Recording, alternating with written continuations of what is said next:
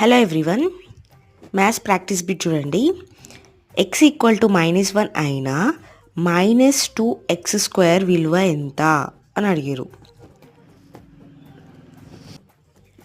x equal to -1 అని ఇచ్చారు. -2x² value ఎంత అని అడిగింది కదా. -2 ఇక్కడ x వాల్యూ ఎంత? -1 హోల్ స్క్వేర్. -1 హోల్ స్క్వేర్ అంటే -1 ఇంటూ -1 ఈక్వల్ టు ఎంత? 1. Minus into minus plus. చూడండి ఇక్కడ minus into minus equal to plus అవుతుంది. మరియు ప్లస్ ఇంటూ ప్లస్ ఏమవుతుందో కామెంట్ చేయండి.